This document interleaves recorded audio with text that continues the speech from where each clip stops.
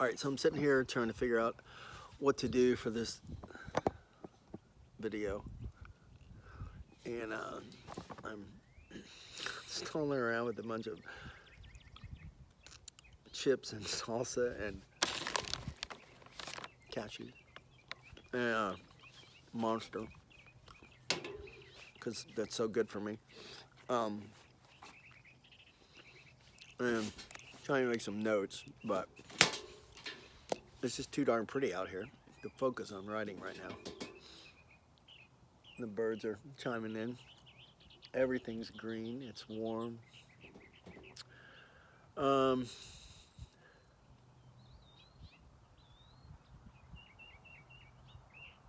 So I want to talk about, I don't know what exactly. God put it on my heart a long time ago about speaking, and I haven't really done much with it, other than the chances I get, in that I've had in a classroom or locker room or on the field or the sideline or wherever. And acting, in a way. Those are other people's words, not mine, but and honestly, I don't want them to be mine. I want them to be God's words, but wasn't really sure where to start, and I started thinking about where I am right now, and I didn't know what to do. And then my sister started doing an online or a live yoga presentation. Of course, that's my sister. She's always been a little courageous, more so than probably the rest of us. When she was in high school, she got on a little skinny piece of wood and wound up in state finals in gymnastics. She has battled through divorce and raising a daughter. Her sons were already there, pretty close. She has started her own business, made it successful, and now she's battling through the same thing everybody else is, with inability to go places or run your business or do all those kinds of things. And so she has a need to teach in her gene pool, and so that's what she's doing right now.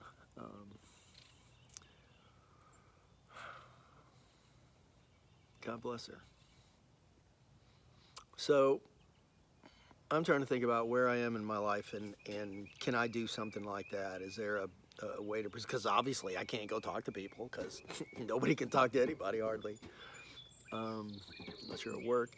And so I started thinking, like I said, about where I am, and the last 3 months have been pretty crazy.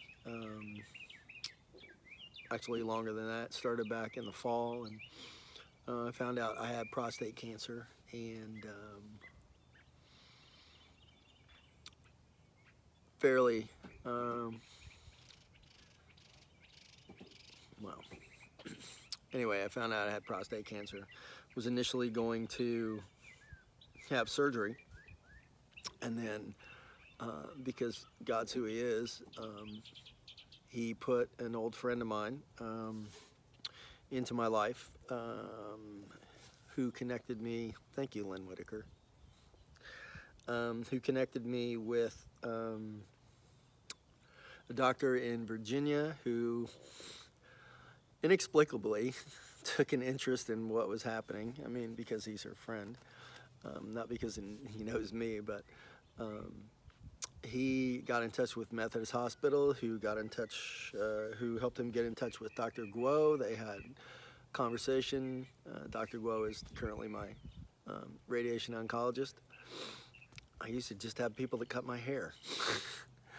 A person. Sorry, Delight. I didn't mean that. There's just one. Anyway, series of circumstances brought me to Dr. Guo. Conversation between the two of those guys, and then to those doctors, and then my opportunity to talk to Dr. Hagen at length convinced me that I should switch my treatment and go to hormone and radiation therapy, which is what I'm currently in the midst of. I started radiation therapy this week, so I've 4 down, 21 to go. So all for the next 4 weeks and a day, Monday through Friday. I'll be at 8:30 in the morning in radiation therapy at IU Morgan Radiation Oncology.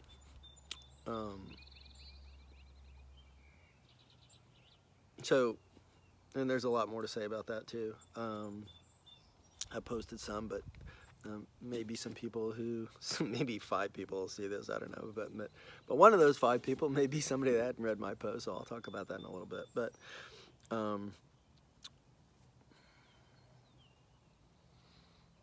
so I thought about the fact that I have cancer, which is a weird thing to say initially, and to realize, and in the course of all this, between the time that I was diagnosed and now,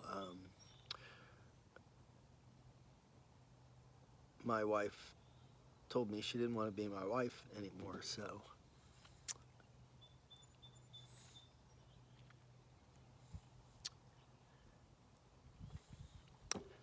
I had that to navigate.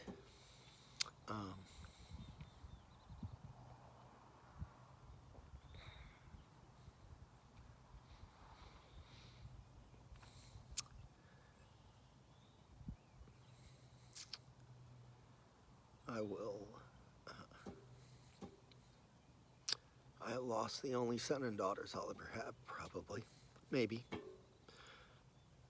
But so far, I miss you, Biggs, Maddie, and Mick.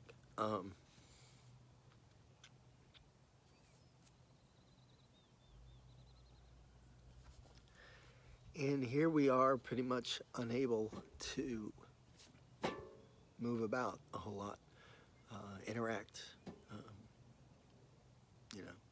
just enjoy people. So all this is kind of going on in my life right now. Sorry about that.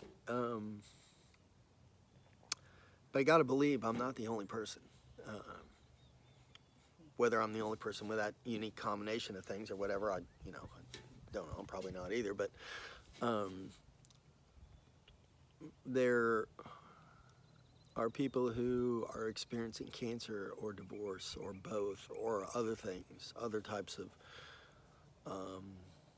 loss. Like my friends Guthrie's. There are all kinds of things that can befall people in life, and so when they're happening and it's in the midst of, oh, by the way, your support system is no closer than 6 feet away, and that's almost never, and you don't have anybody else to come home to, as I don't,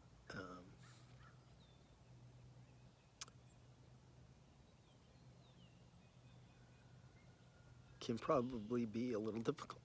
It is difficult. So I just wanted to talk a little bit about, like I said, about my situation and open it up to people who might see this, who are in a similar situation to one degree or another, who might want just an avenue to speak and be heard, to know that they're not alone. There are other people who are dealing with similar things, and justify the feelings you have by the fact that there are other people who have them too. So anyway,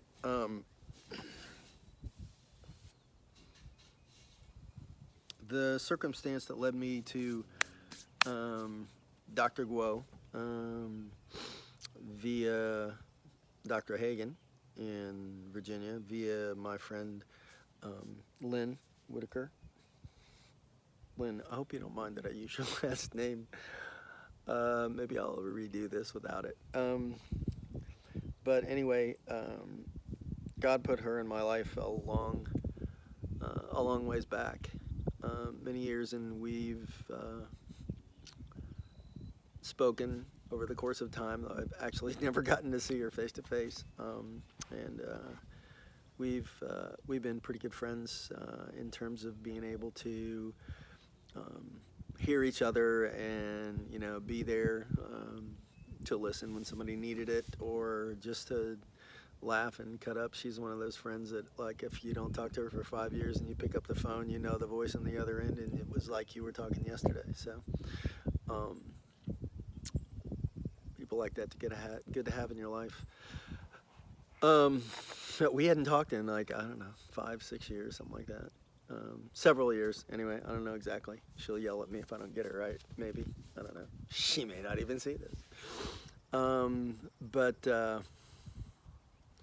anyway, that was a real blessing, and I really believe that God had a hand in all that all those years ago, knowing that this moment was coming, and I was going to need a guy named Dr. Guo, who probably wasn't even in med school by then,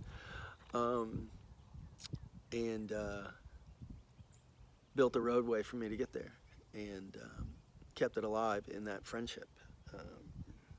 And so that brings me to Morgan County Hospital, or IU Morgan, I guess it's now, get it right. And the radiation oncology department, and my 2 radiation therapists who are amazing, Carson and Karen. And I'm trying to think if I remember any other names right now. Like Melissa, a nurse there, is really great.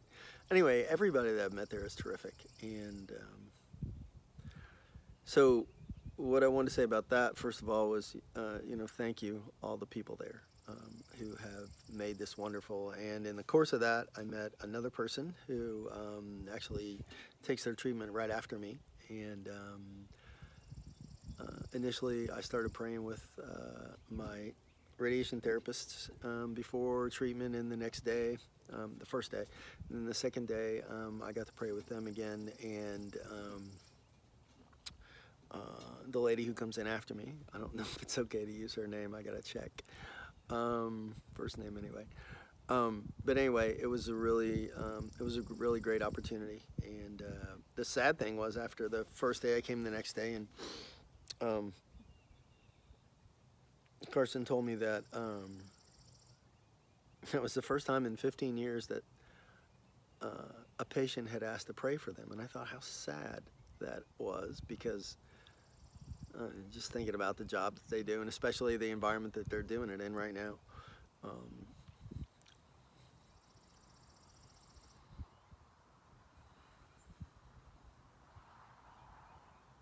It's too bad people weren't doing that all along. It's not like they don't deserve it. But anyway, so that was a great experience, and I was leaving today, and a lady named Sherry stopped me in the hallway, and I feel like I'm talking about a mass celebrity or something. The lady who has her treatment after me, her mom was there. And she stopped us as I was starting my way out, and she was real kind about the comments that she had about us praying. And so I really feel like God's maybe working in that neighborhood just a little bit. And if He's using me to do that, then terrific, because that's what I want. What are some other important things? So I want to say thanks to all the people that I've named so far, and my family, mom, dad, sister, who have been involved in supporting and checking on me every now and then. So that's been good. I think a couple of months ago, I posted my my very first thing before I went into visit at Methodist and radiation oncology up there, and I was talking about having cancer, and that there are all kinds of people that can support you and love on you and do things for you and try to take care of you the best they can, but you're the only one that can have your cancer. Nobody else. And it doesn't matter how much they love you or how hard they try or what it is they do. There's a wall right there, and they can't cross over it. So remember, I guess, when you're loving on those people, that everything you do is appreciated. Every effort that you make is recognized, and it all brings, a warmth to your heart, and a calm and a peace to what it is that you're navigating.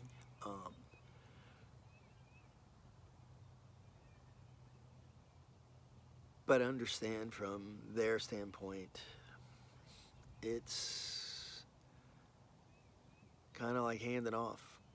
And then I'm a football coach now.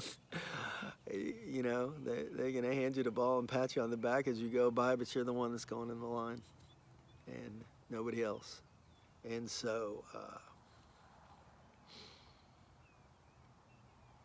just be aware of that. 'Cause there's a lot of emotion that goes with that. There's a certain amount of loneliness. There's a certain amount of, uncertainty that it's your life. It's your outcome. It's your prognosis. It's your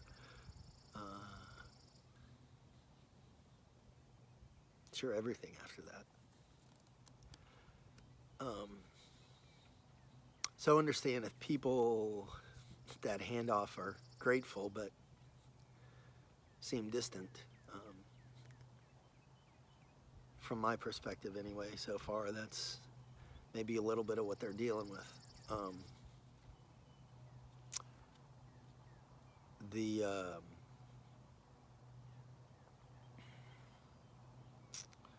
Another thing that I wanted to talk about a little bit was you can, and I know I have because of everything that's going on with me.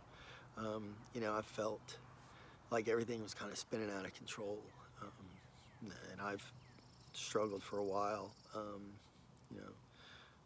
We had some difficulties relationally in our marriage, and finances were hard. But God, I was listening to something, a recording that Zach Williams, Christian singer, was talking through this morning, and he was talking about the fact that they had to cancel their, postpone their tour for a while, and they were already set up to play the next night, or that night when they woke up in the morning and found out, hey, we gotta cancel. So they went ahead and recorded. You guys can see this on YouTube. Recorded some songs, did some sessions, and he has some conversation in there. And one of the things he talked about was something that he read about God being in control, and that when you worry about whether God is in control or not, you have to remember that God rules everything. He rules all of it, and all things happen according to his will, Daniel. And so you can feel like it's spinning out of control, but the rest of the conversation was, basically about faith, and that you need to believe that God has control even when you can't determine that in that moment he is ruling.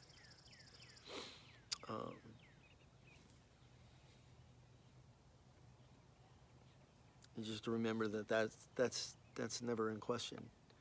Um, God is God. He's bigger than everything else, and He has a story and a purpose, and there's a reason um, that I have this.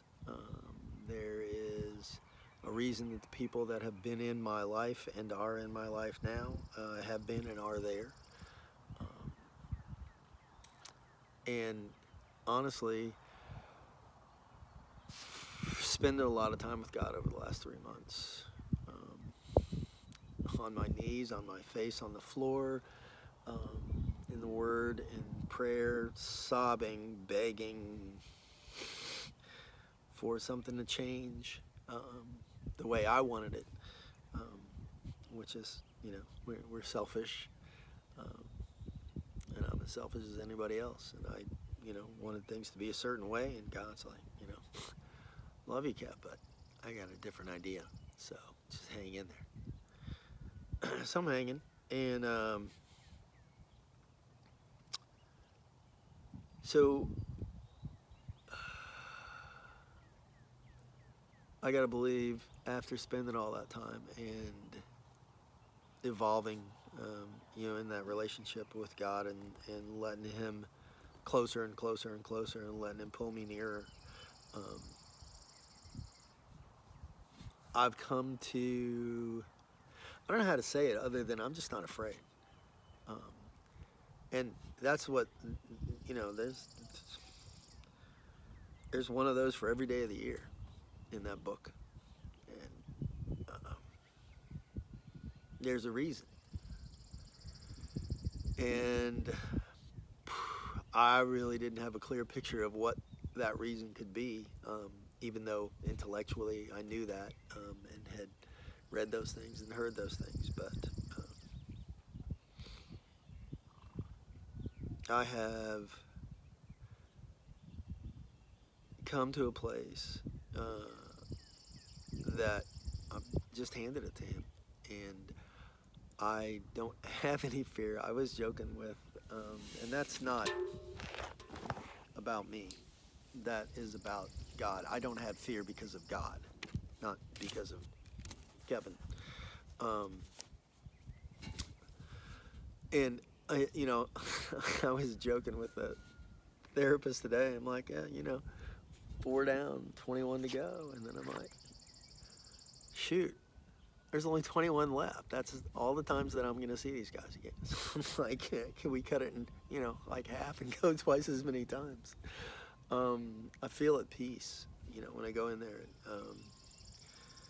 You go in this room with this big door on it and the sign next to it, gives the room number and it says linear accelerator. And I'm like, geez, I never knew I was going to wind up in a physics lab somewhere. But, you get up on the table and they have this thing for your, kind of for your legs and all the way down to your feet, so you're laying in the same position, and they form it the first time you go there. And then that's your little half a bed every time you climb up on the table. And then, they orient you to get you to the right spot, and so that the radiation can be precisely applied to where it is that they want it, kill the cancer cells, and hopefully save everything else, or at least most of it. So when I go in there, they put me on the table, and they, adjust me and get me where they need me to be. And I got these little, marks all over me, so they use those as kind of landmarks. I'm poster boy for Sharpies. And then we have this routine down now, and they get me all situated. They stand on each side of the table, and I'm laying there with my little, rubber donut so I can hold on to it. My arms don't fall off the table. And so then I pray for them, or their families, or just whatever God puts on my heart about them at the moment. And then we're all done, and I'm like, okay, go kill it. And they take off behind the wall. and I'm laying there, and there's this big machine, of course, and it rotates, and there's a bigger piece, and then there's some smaller ones on the side, and it just kind of orients itself to the program that they've established for my treatment, and it's 15 or 20 minutes, something like that. Um, and in the meantime, you've had to drink all this water, so it's kind of like, well, I got to go to the bathroom, so I hope this doesn't take too long. But so we do that, and they go behind the door, and I'm laying there, and the first time it was kind of like, well, I didn't know what to expect, and so there's the little, not really anxiety, but just kind of curiosity about what's going to happen. And now, in 3 short days, 4,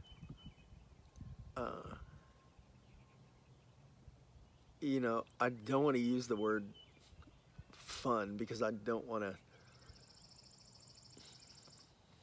There are people in a lot worse situation than me, and I don't want to be disrespectful to them, but I enjoy my time with those 2 ladies, and I know that God has me in there for a purpose, and because I'm at peace with that, and because those 2 are such wonderful people,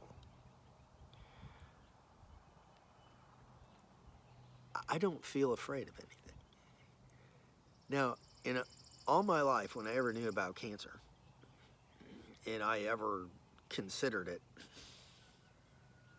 as something that might happen to me one day, I know for sure that I never considered 2 things. One, that I would be going through it alone. And 2, that I wouldn't be afraid. And the first one is just something to deal with. And it's not terribly pleasant. The second thing is it's really something to marvel at.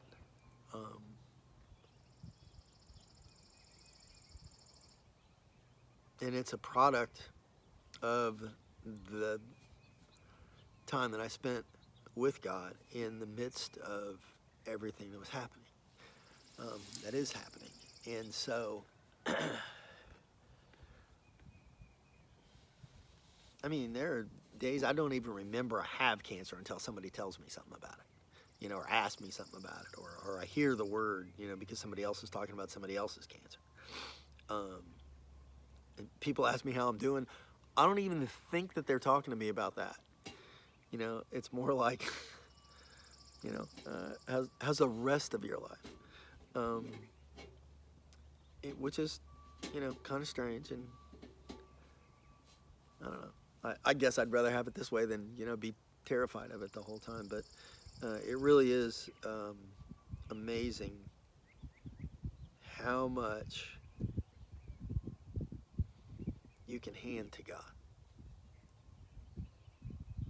and how light is your load after you do.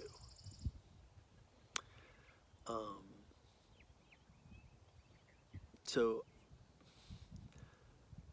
I guess I wanted to talk about that for people who might be struggling with that, or might might think that you don't have another avenue to deal with this, and haven't considered that yet, or haven't talked to God about it, or have done or are doing what I've done a great lot of my life, was, like, God, please take this. Give it back. No, I'm really, no, I can't let go of it. No, you got, like that.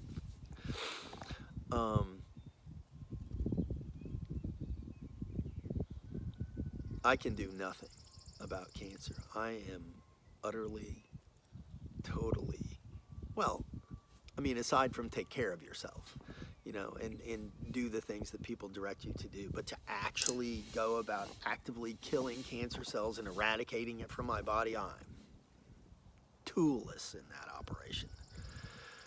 there are no shells in that belt. And so the only things that you have are whatever the medical community can bring to you and your relationship with God. And if you only have one of those two things, you know, you have the medical side, but you don't have the side with God. I you know, I realize that people have differing opinions about things, but I just, from my viewpoint, I frankly don't understand how you deal with it. Um, it, it. Having gone through everything I've gone through before I lay down on that table, I can't imagine what my life would be when I laid down on it if I hadn't gone through it. Where I'd be and how I would feel and how I would cope and how I would manage the emotion, the emotions, the range of emotions that go with this whole situation. I don't know how I'd do that. Frankly, I don't want to know. So if you fall into, you know, one of these categories, or something similar in terms of making you, um, you know, concerned about your health, or, you know, a seemingly irreparable relationship, and I say that because God's God. And what I start this off with, He's bigger than all of it. So, you know, that's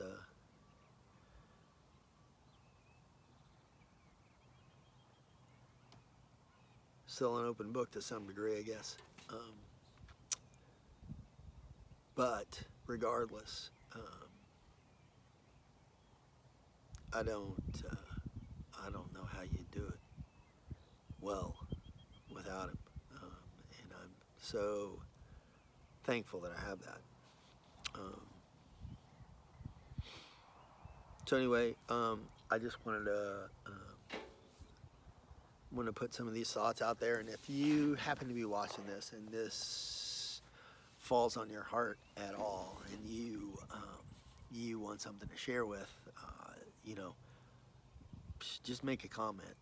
Let me know how to get a hold of you, and you know, or somebody else that might be seeing this would you know, be the person to connect with. I don't know. I'm just trying to do something that I feel like I put on my heart, and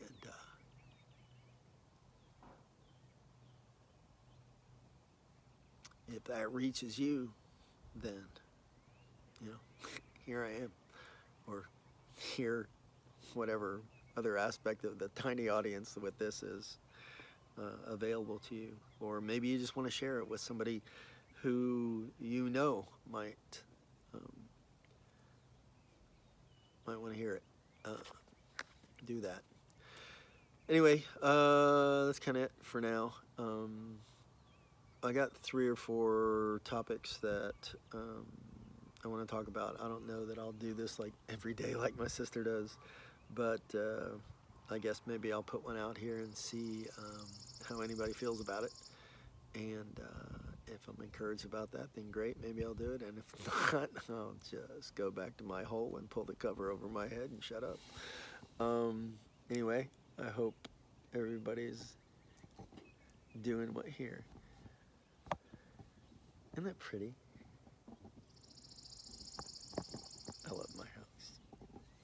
Anyway, have a nice day, and God bless you.